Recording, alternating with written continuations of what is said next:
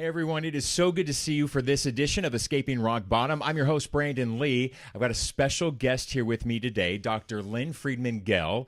She has an incredible story, but she's also going to be able to answer a lot of my questions about what do we do when we decide to get help, 'cause she's an expert. But she's got a fantastic story, and I'm so excited that she's been willing to share it with us. Doctor, thank you so much for being here. Dr. Gell. Yeah, you can call me Lynn, though. Or just call you Lynn. Yeah, Lynn is fine. Thank you. I love that. Thanks for being willing to share your story with all of us. I think that this is going to be so powerful for a lot of people because you do have the doctor background and you are a professional in recovery.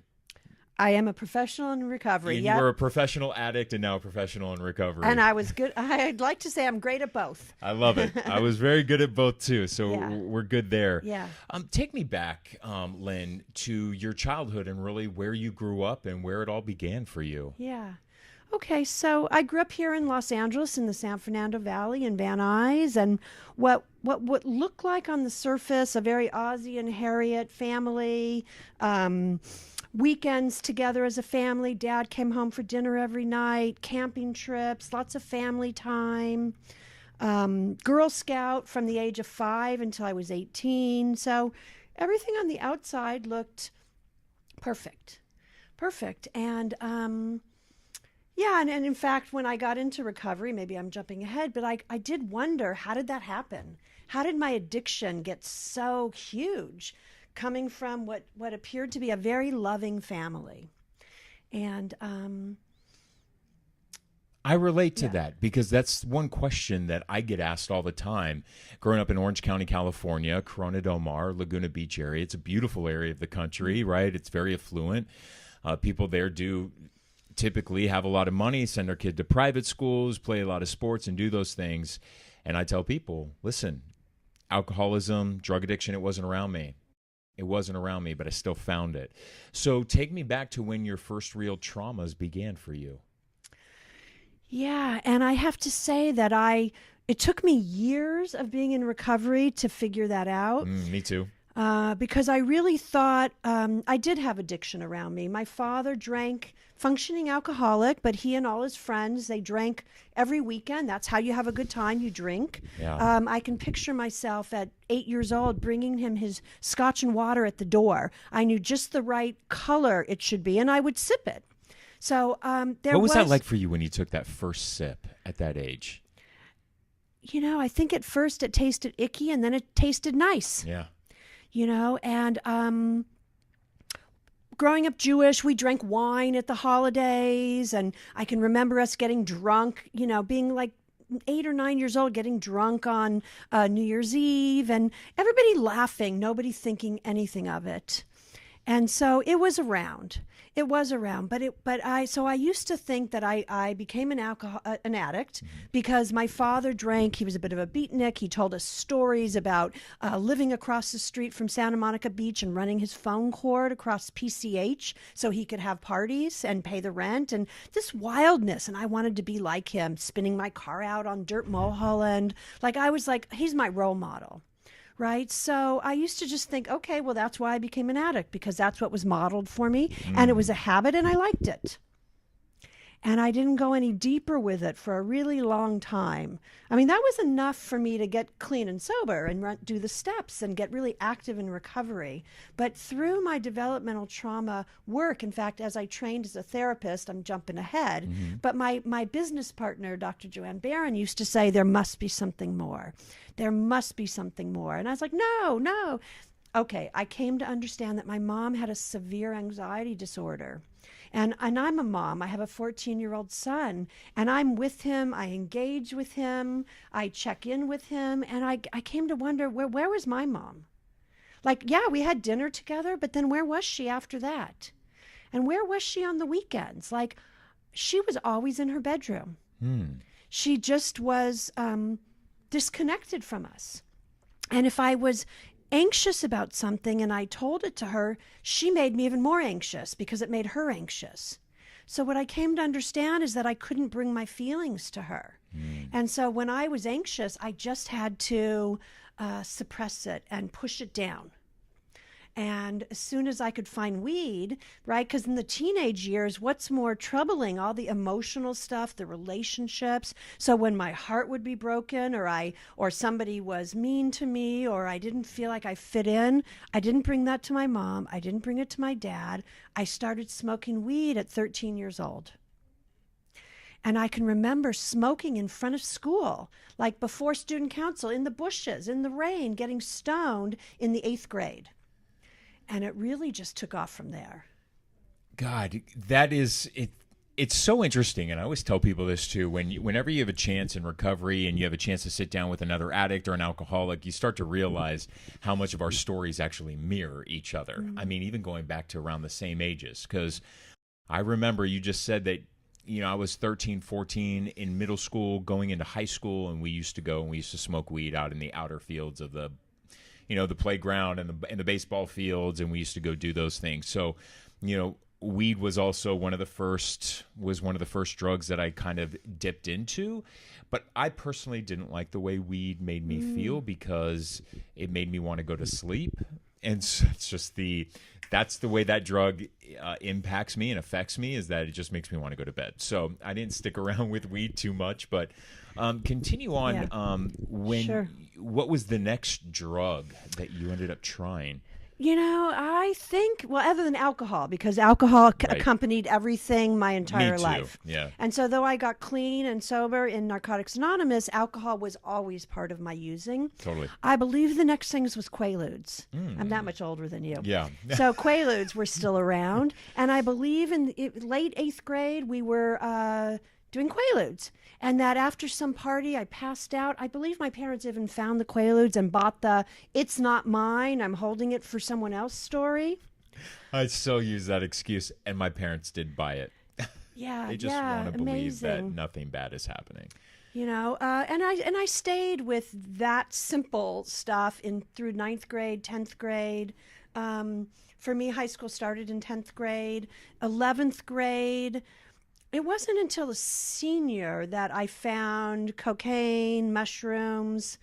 Graduation, we got some acid that we were going to do at grad night, but instead we took it.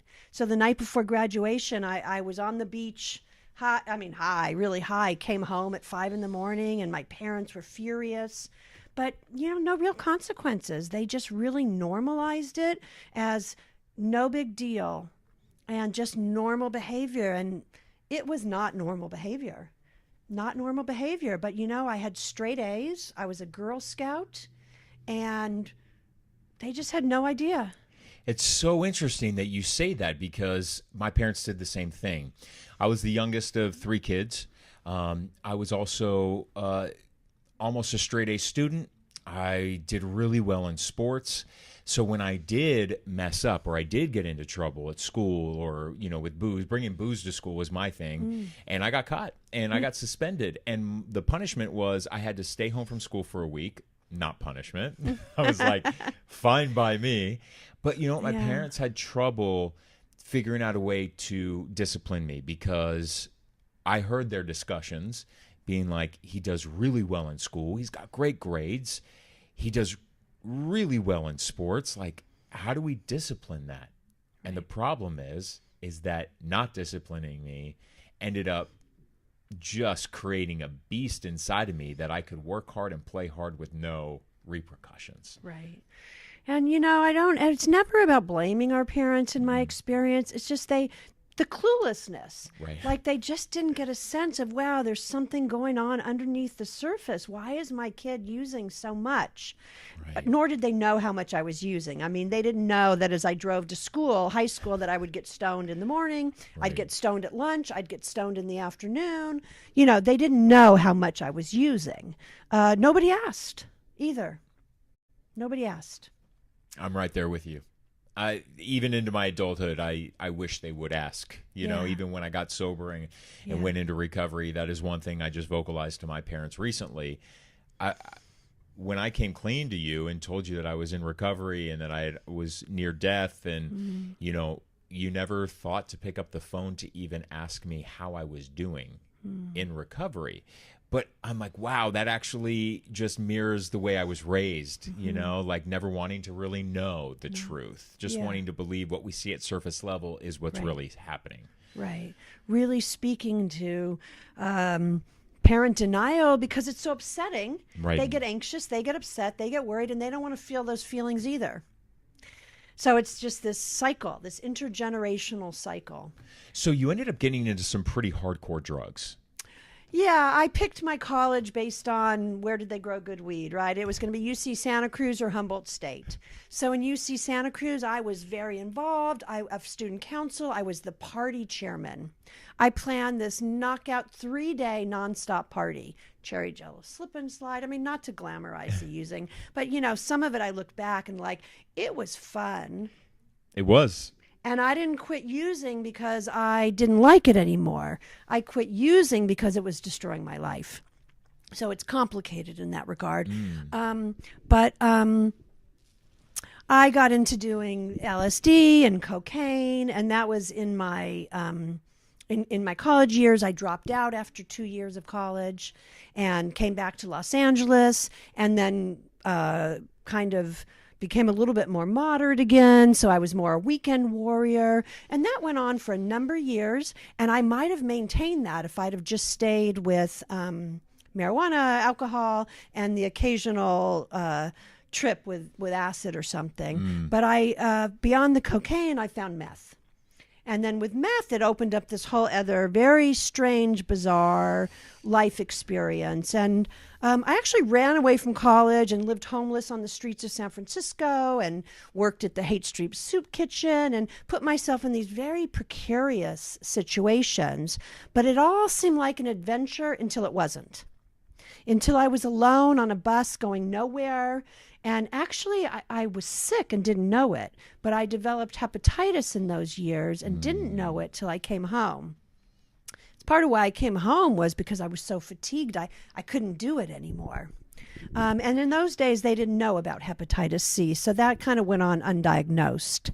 But in the very end, fast forward, because I used until I was 28 years old.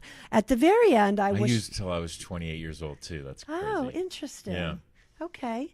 All right. So at the very end, I was shooting meth, and I thought I was really slick because I kept my own needle because I didn't want to get hepatitis C, and you want to transmit HIV or any other diseases. That's right. So I thought I was being, smart about it. But it's illegal to have that kind of paraphernalia.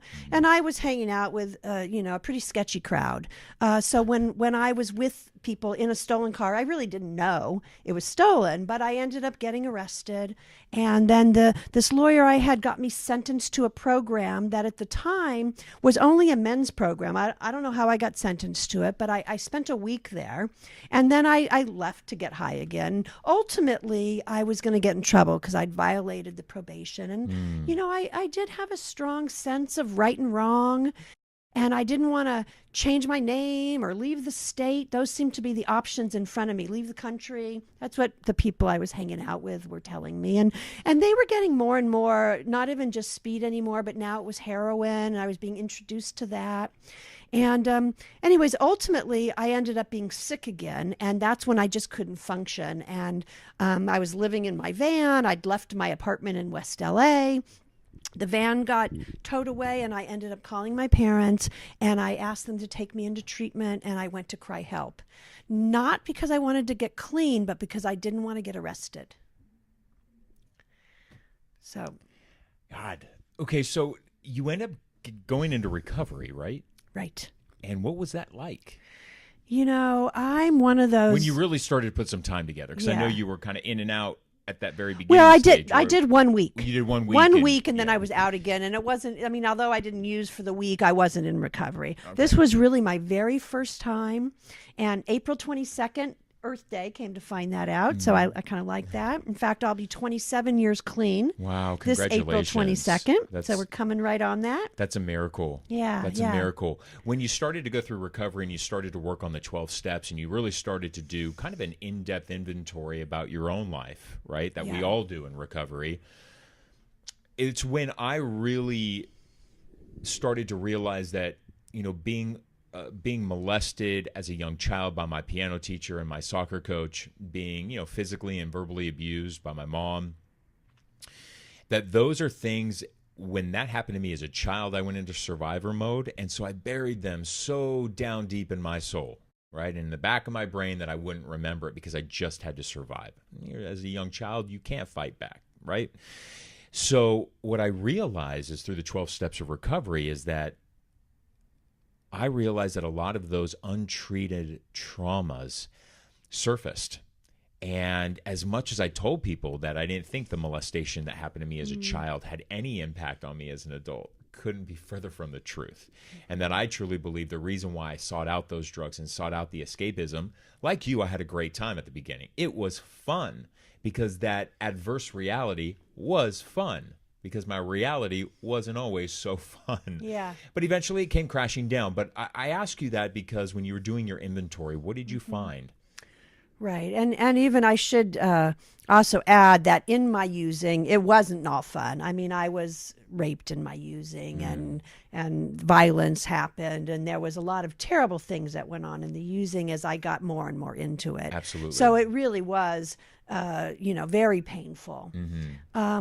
So just to clarify that, because it wasn't all, it was rock and roll and times, fun, great times yes. out at the raves. But I always tell people it was fun until it wasn't. It was fun until it wasn't, yeah. So as I started, first of all, when I came into recovery, I fell in love. Oh. I was just, I loved the meetings. I loved the spirituality. I loved the fellowship. I loved the hugs and the connection, and that everybody was on this path of finding their higher selves. So I really loved that. At the same time, I almost got kicked out of my program at like 45 days, and I was planning to go to the connection and get high. So it's a little complicated there. But by 90 days, I knew I wanted this. So through my inventory and all my step work, I didn't have that full spiritual awakening until I got more into the therapy. Okay. But I became very involved in the 12 steps and being of service. My treatment program was 9 months long. That was back in the days when programs were at 1 year, and I actually graduated early. So I was in a very protected environment for those first 9 months. Once I got a job, I was living in the sober living of that treatment center. So it was very protected. So I did have that going on, but well, I'm curious. I want to almost get to the point because I want to get to the point of where you're at now, because I find it just so fascinating about what you do now. And I'm actually going to have you explain, because it's a long title and you're an expert in such a large field of recovery, that tell us, this is going to be so shocking for a lot of people, that what they've heard from you so far and where you were at in your life, to a point where you told me that somebody told your mom to forget you. Right. That first treatment program, the director there, or the owner, told my mom and dad that they should just forget about me. I would never amount to anything. Tell me what you do now. And so when I left that treatment program, I went into chemical dependency school, which is actually very protective, and a lot of people in early recovery do that. One of my professors there, she says, "Lynn, you should go on and you should study more." And I also realized that as a chemical dependency counselor, I wasn't going to be able to help people with their underlying issues. And I really wanted to help people. So from there, I did the chemical dependency. I finished my BA, and then I went right into a master's PhD program. And I became a clinical psychologist. And it was a long process. That was 2 years of chemical dependency school, 2 years of my BA, and then 5 years of my master's PhD, with 2 extra years to finish the dissertation. So it was a very long process. Ultimately, I got my doctorate, so I'm Dr. Lynne Friedman-Gell, and I said, "See, I'll show that woman who said I wouldn't amount to anything." And my specialty started out in the beginning, obviously, as addiction. and I started working with addicts who were in very early recovery, or addicts who were not even in recovery, and trying to help move them into recovery. But very soon I came to understand that I needed to get to the roots underneath, the developmental trauma. And there's people who don't even know that they have trauma, like you and I didn't even recognize it at first. But sometimes the trauma can be really benign, like just neglectful parents, parents who work too much, a very depressed mom, a death in the family, all the way to the sexual abuse, physical abuse, and emotional abuse. So we don't even always recognize that we've been traumatized. It could be that someone was bullied in school. It could be bad sibling relationships. And so we don't always even recognize the developmental trauma. But I began to study developmental trauma, and I studied for the last 10 years developmental trauma. And ultimately, 1 year ago, almost today, I opened a program with my business colleague called Trauma and Beyond. We're a psychological center. We started with just an outpatient, which is one time weekly. And 3 months ago, we launched our intensive outpatient and partial day treatment programs.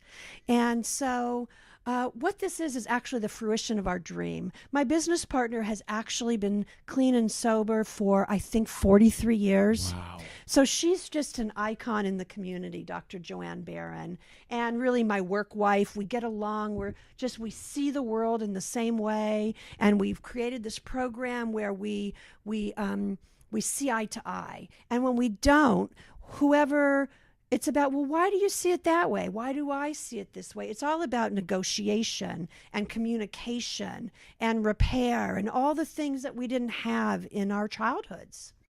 That is so fascinating, because now she's our expert guest that we can kind of fire away questions about addictions.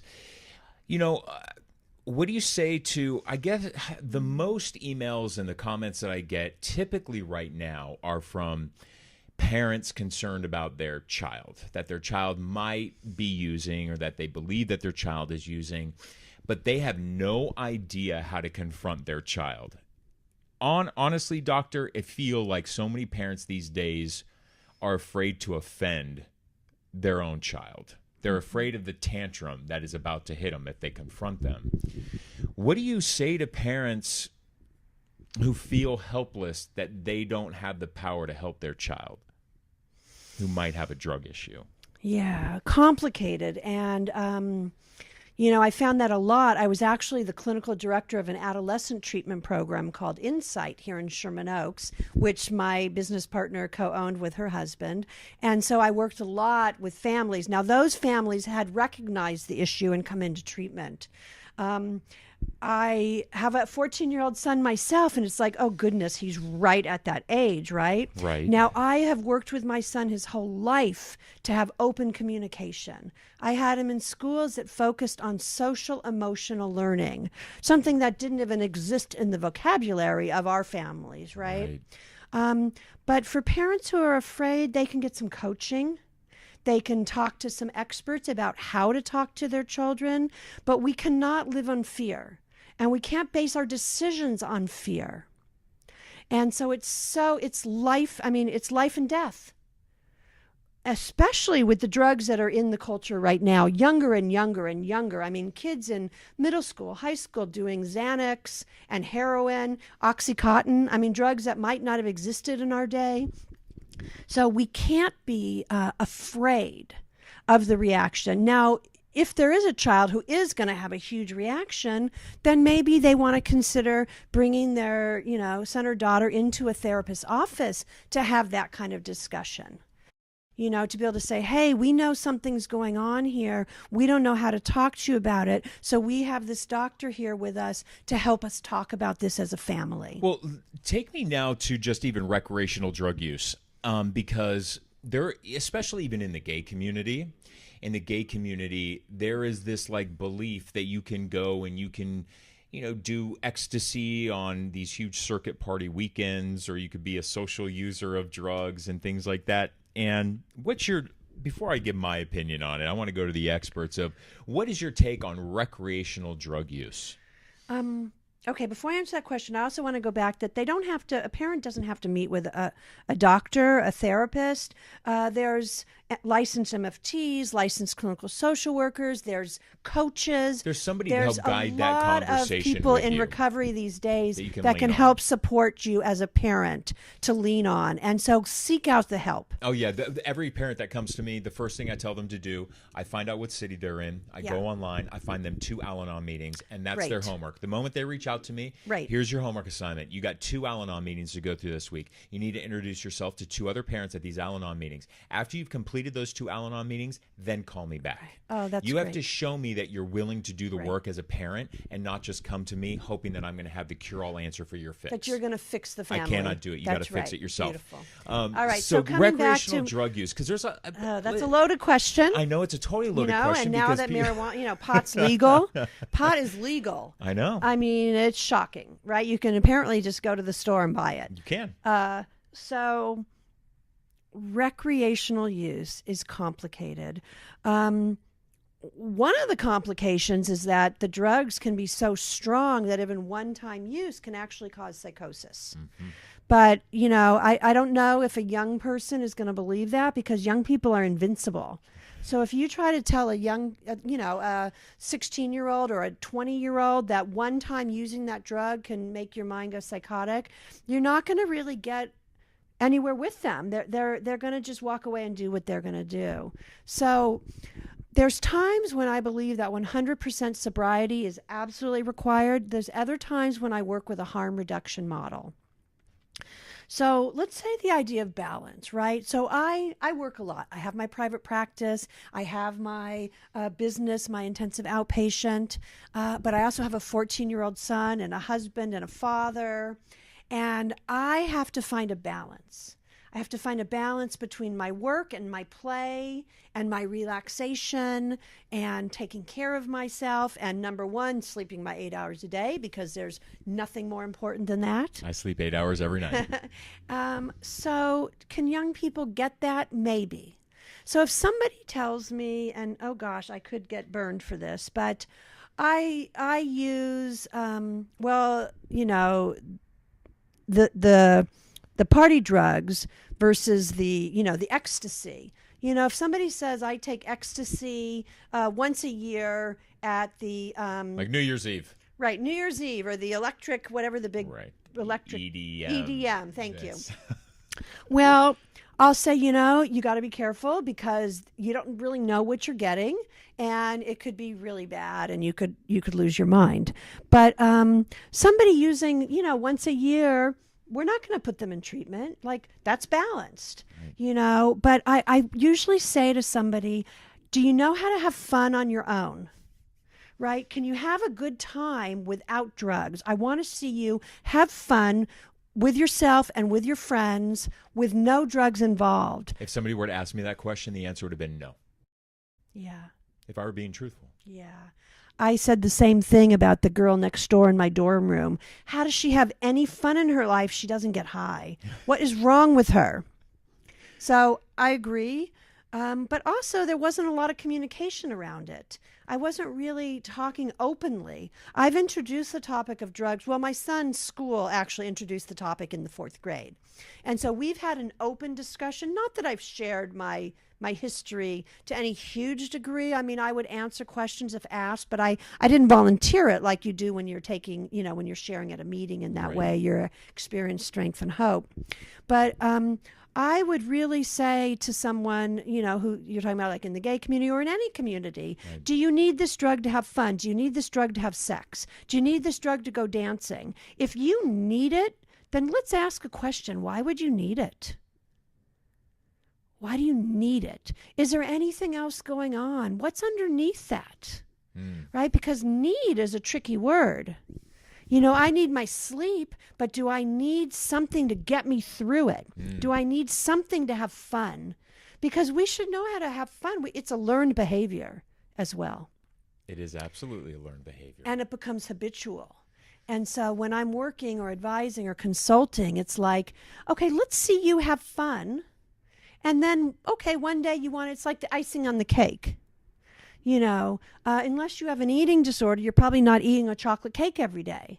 You have a chocolate cake on your birthday or someone else's birthday, but it's in balance, right? And when drug use becomes out of balance, when anything becomes out of balance. Yeah, sex. Sex. My goodness.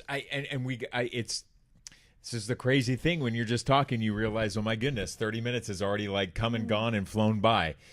What is, because we're gonna have to close, but what is a good way that people can reach out to you or contact you if they have any other questions? Because I know a lot of parents are gonna ask me for information. Wonderful. Thank you. I am happy to respond. I do a lot of consultation as well, and I'm happy to share the information that I've come to know and love. So 2 ways to reach me. I have 2 different email addresses. One is Lynne-Gell, LYNNEGELL @gmail.com. Another would be Dr. Lynn at traumaandbeyondcenter.com. And just to let everybody know who is listening or who is watching, I am going to absolutely put all this information on the podcast as a resource for any parents who do have questions about maybe their own children or heck, maybe even about their own marriage or their own partner or even themselves, and they want some of those questions asked. I'm going to have you back for another podcast down the road because I really want to talk to you about sex addiction. Because I think that's one thing that does not get spoken about enough. Sex does not get spoken about enough. Enough. Even in meetings, even in AA meetings, it's that's like, right. Well, we're going to talk about sex today. Can be, It sure. is a huge addiction, right? And I want to talk about that and some other stuff about drugs in sobriety. Yes, complicated for sure. Complicated. Yes. Some really complicated stuff because I also want to talk about the effects of CBD and CBD oils now being all introduced. And some treatment centers I hear now are starting to use CBDs as a way to get people off of the hardcore drugs and Yep, very controversial. Some controversial stuff but important, but really important. And which we talked about. I'm all about, let's just talk about some of the controversial stuff. Let's get it out there in the open, and let's just all have a conversation about it so we don't judge other people and what might work for them. Right. So, right. Oh, so good to Dr. meet Gell, you and speak to you. Pleasure to meet you and have you on the podcast. Thank you. This is not the first. This is not going to be the first and only. And I just want to add that I still do go to meetings. I'm still active in my recovery, and that I integrate therapy and recovery, and I think that's really important. I do too. I've now seen the beautiful benefits of therapy. My therapist got me to places that AA could not get me. Right. You know, your sponsor's only your sponsor, and meetings working are only the steps. Meetings, you know, That's working right. steps. But therapy really helped me get to that next threshold to really understand. So I really admire what you're doing, and really good to meet you. Thank you for asking me to be here today. Thank you for sharing some of your stories. So again, you can watch this on YouTube, Spotify, Google Play, and iTunes, and of course my website, escapingrockbottom.com. Have a great day, everyone. We'll see you back here next Wednesday.